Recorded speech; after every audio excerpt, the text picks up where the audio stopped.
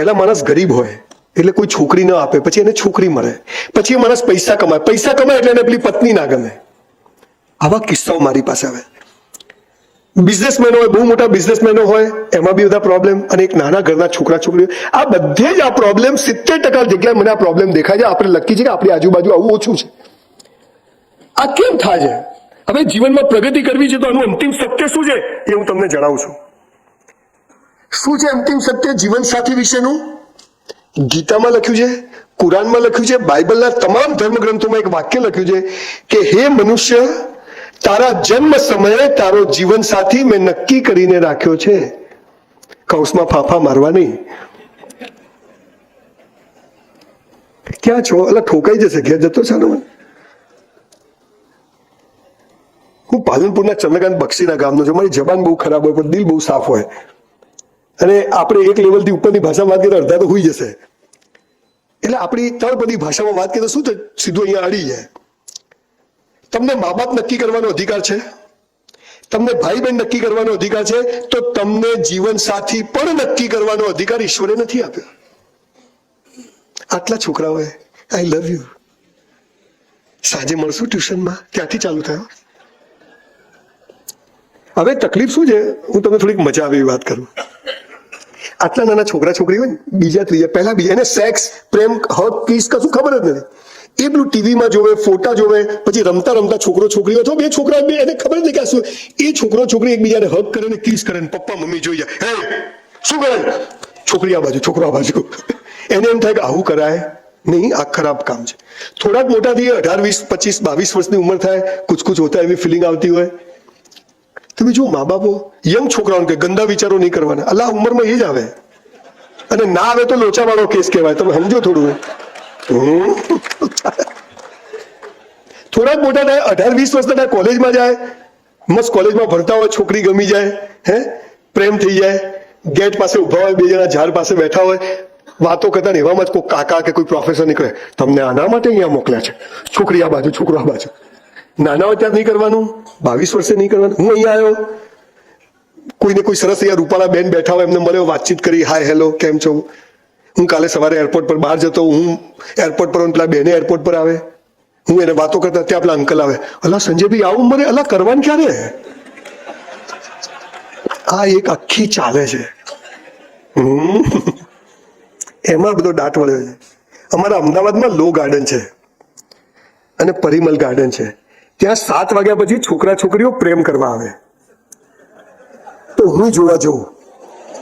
આપણે કરેલો નહીં, ના કરે છે શું. મા બાપે મોકલ્યા કે સિટીમાં જશે, ભણશે, પીજીમાં રહે, હોસ્ટેલ આ ત્યાં. 7 વાગે એટલે એક બાઈક અહીંથી ઉભું રહે, છોકરી એક્ટિવા પર આવે, બંને ઉતરે, બે ઝાડ પાછળ જાય, તો હું આમ કરીને જોઉં આવું. પછી છોકરી છોકરાનો હાથ પકડે, પછી શું આ જુઓ, આ પ્રેમ ને લગ્ન. એકચ્યુઅલી શું છે, આપણે અંગ્રેજી બોલવું તો સ્પેલિંગ આવડવા જોઈએ. સ્પેલિંગ ના આવડે તો અંગ્રેજી આવડે નહીં.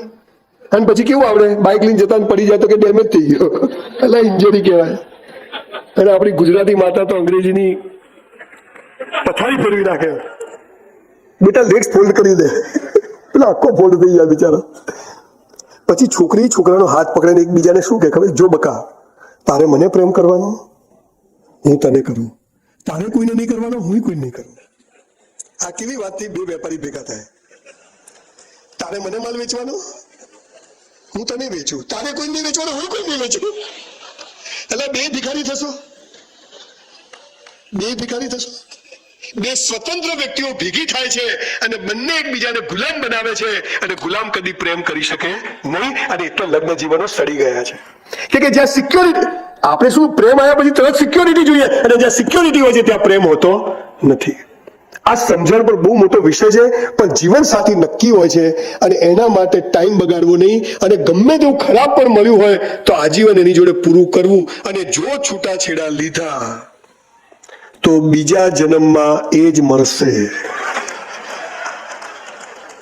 કે પેલા ઝઘડા બાકી હોય તો બતાવવા પડે ને અંકલ, જે બબાલો બાકી છોડી લે.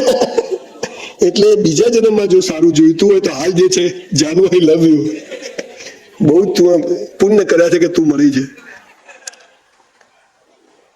સાહેબ 95% જ મળે છે, 5% તો બહુ તકલીફ છે.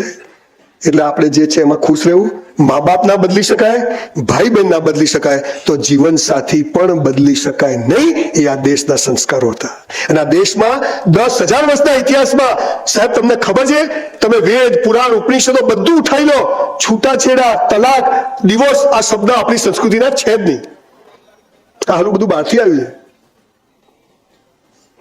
જેવી હતી જેવી છે જેવી હોઈશ, તું જેવો હતો જેવો છે જેવો હોઈશ, આપણે સાથે છીએ. અને લગ્ન કહેવાય, બાકી બધો વેપાર કહેવાય. પણ તકલીફ શું છે, આપણે હિન્દી પિક્ચરો હીરો હિરોઈન ભેગા થાય, બગીચામાં જાય ગીતો ગાય. બોલો, તપન હું ને મારી વાઈફ 100 વાર બગીચામાં ગયા, એક ગીત યાદ ના આવ્યું.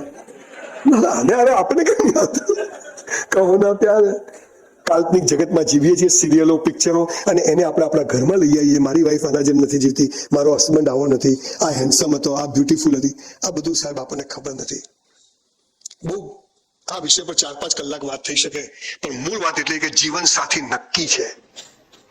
ફેરા ફરતા પહેલા 100 વાર વિચારી લેવું, ફેરા ફર્યા, હવે મળશું સાથે.